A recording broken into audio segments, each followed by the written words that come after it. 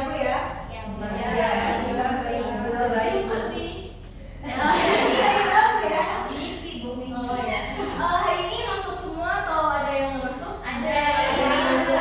Ada yang pulang kampung. Oh, masih pulang belum balik ya? Iya. Gimana? Tadi pagi gimana bangun tidurnya?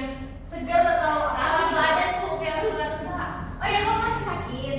Ya, gitu. Biar seru belajarnya, kita seru-seruan dulu ya.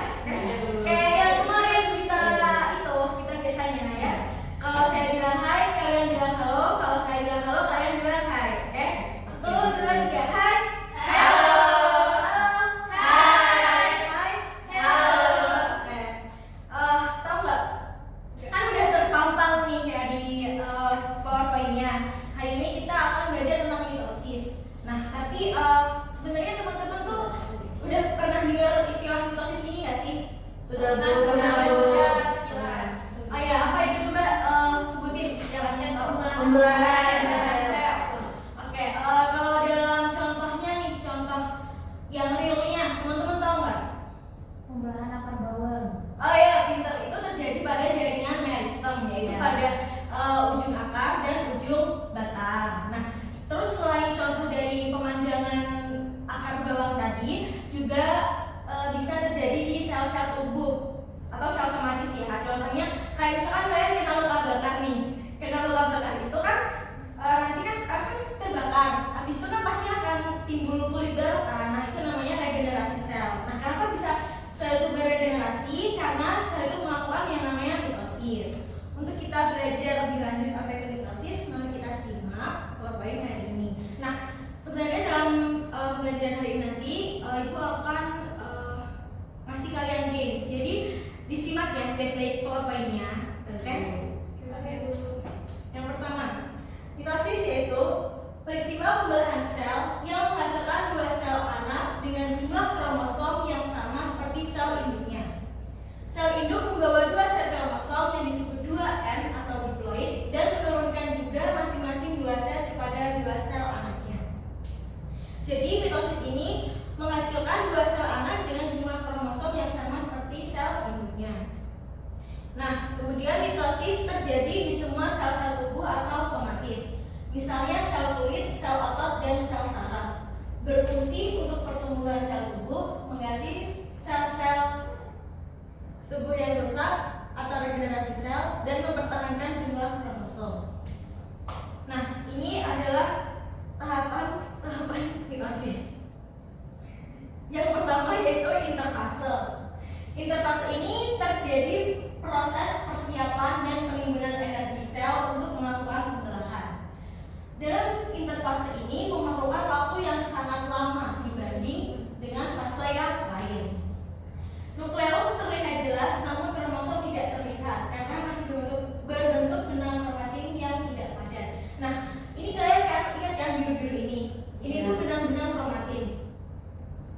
Dia kan masih nggak padat gitu kan, masih serabut kayak berantakan gitu kan. Nah, ini adalah ciri-ciri dari fase interfase ini. Nukleusnya terlihat jelas namun kromosomnya tidak terlihat karena masih berbentuk benang kromatin yang tidak padat.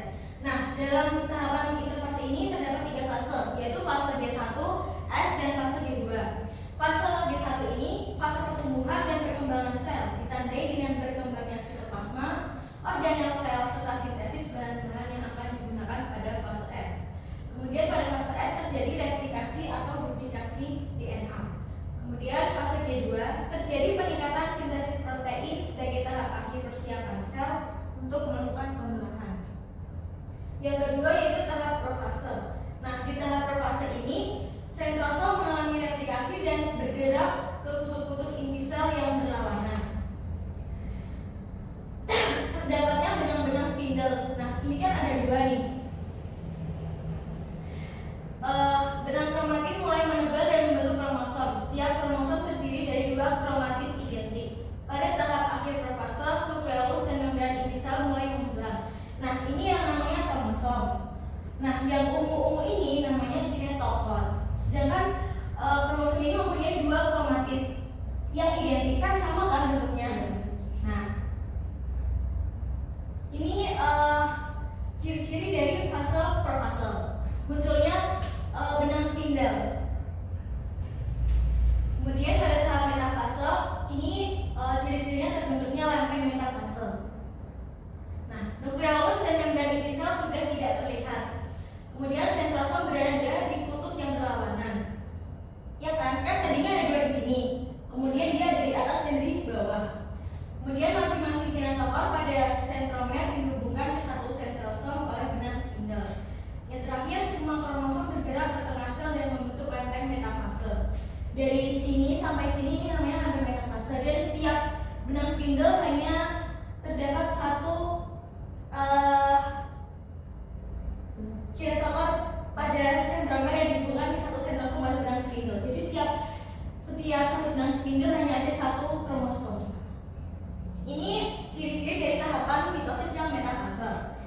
Kemudian tahapan yang anafase, pemisahan kromatif dari bagian sentromere dan membentuk kromosom baru. Jadi dia kromatidnya akan berpisah ke atas dan ke bawah dan membentuk kromosom baru. Masing-masing kromosom ditarik oleh benang spindle menuju kutub yang berlawan. Kan tadi bergabung, terus dia terpisah. Ini ciri-ciri tahap mitosis pada anafase. Yang terakhir yaitu pada tahapan mitosis, yaitu yang telofase dan sitokinesis. Kromosom telah sampai di kutubnya masing-masing. Kemudian benang spindle mulai menghilang. Tidak ada benang spindle kan? Kemudian nukleolus dan membran inti sel mulai terbentuk. Kromosom mulai menipis dan menjadi benang kromatin kembali. Terjadinya sitokinesis atau pembentukan sitoplasma, organel dan membran selular, dan menghasilkan dua sel anak dengan kromosom diploid atau 2M. Jadi pada tahap telofase ini terjadi sitokinesis, yaitu pembelahan sitoplasma. Jadi nanti dia akan membelah menjadi dua, dan kemudian terbentuknya membran inti sel dan nukleolus. Kemudian kromosom telah sampai di kutubnya masing-masing dan membentuk benang kromatin yang biru-biru tadi. Nanti dia akan kembali pada tahap interfase yang benang-benang kromatinnya sangat padat dan tidak beraturan seperti yang ini. Ya kan? Okay. Ada yang masih kurang jelas atau perlu diulangi? Oke, begitu ibu mau bagi KPD dulu. Kalian kerjain ini, gampang kok, ini cuma gambar aja. Jadi kalau kalian tadi memperhatikan, pasti kalian bisa mengerjakannya dengan cepat. Saya beri waktu 3 menit aja ya. Ini kelompok 1, ini kelompok 2, ini kelompok 3. 3 orang. Ya, Mbak Aul di belakang. 3 itu kayak selama 3 menit aja ya. Jadi dengan di gambarnya disempurnakan dan diberi keterangan itu pada tahap apa? Proses mitosis.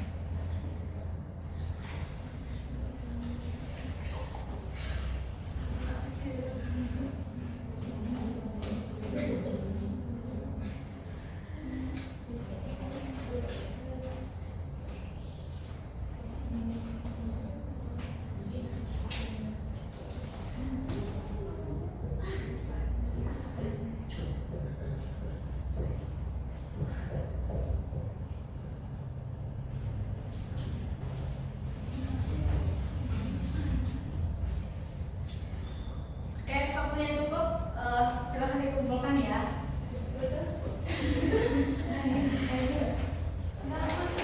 Bu yang mau ingatkan dulu. Ya boleh nyantek ya. Terima kasih. Sebelum mulai game, ibu mau ngasih hacks untuk lebih mudah menghafalkan tahapan mitosis ini ya.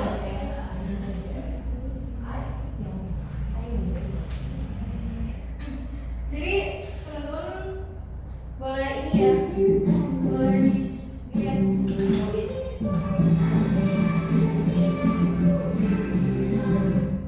Ulangin ya. Nanti setelah games kita praktekin bareng-bareng.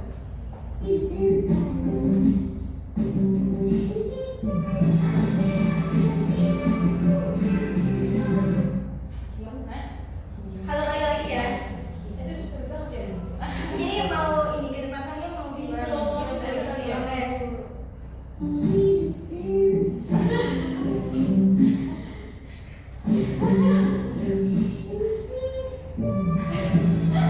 Ini interfase, profase, metafase, anafase, telofase. Oke? Sekarang kita games dulu ya.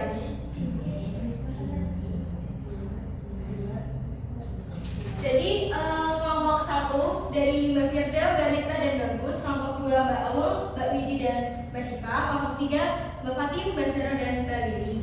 Nah, tentukan siapa yang mau jadi depannya.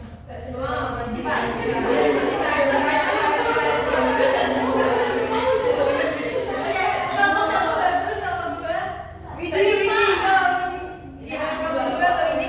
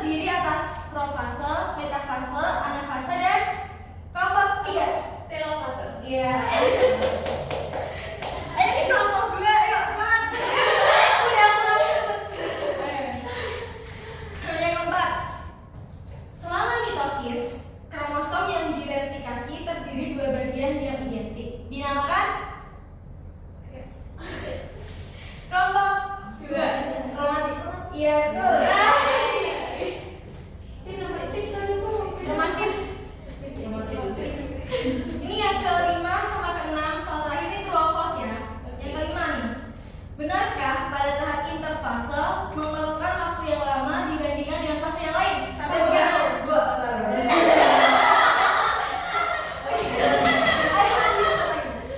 Yang terakhir, soal terakhir. Ini true or false ya. True or false, sitokinesis terjadi pada tahap telofase. Sama benar.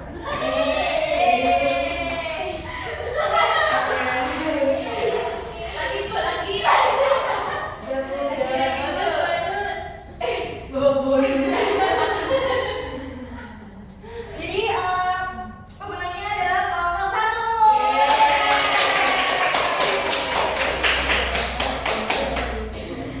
Ya, terima kasih ya buat teman-teman yang udah berpartisipasi dalam games ini. Kelompok 2, untuk selanjutnya dimohon dipahami ya, disimak dengan baik ya.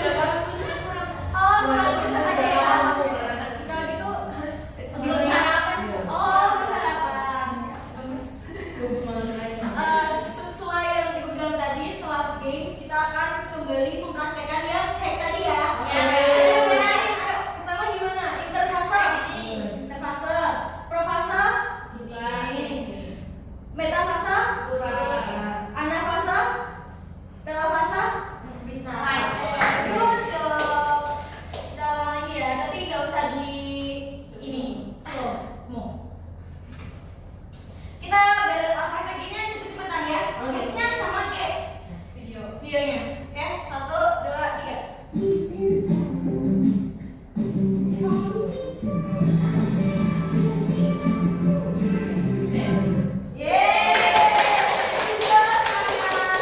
Oke, di akhir pembelajaran kali ini ada yang bisa menyimpulkan apa yang telah kita pelajari pada hari ini? Dari kelompok 2, Bu. Oh ya, terima kasih atas sekolahnya ya. Siapa dulu? Silakan menyimpulkan dari pembelajaran hari ini. Awal, Bu, awal. Dan apa? Pikir aja bu. Ayo kelompok 2. Ayo deh kita kembali ke kelompok 1 ya. Karena dapat skor paling banyak. Jadi kesimpulannya apa? Kelompok ketuanya bu. Ya udah, hari ini tuh kita belajar tentang pembelahan mutasi yang terjadi pada sel-sel somatis atau sel tubuh. Contohnya tadi udah jelas ya yang kata Ibu, pembelahan di bagian meristem di akar bawah.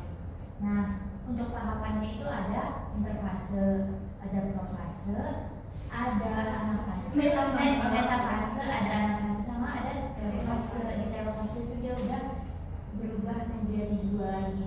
Jadi peristiwa Sitokinesis, dan nanti akan ngulangin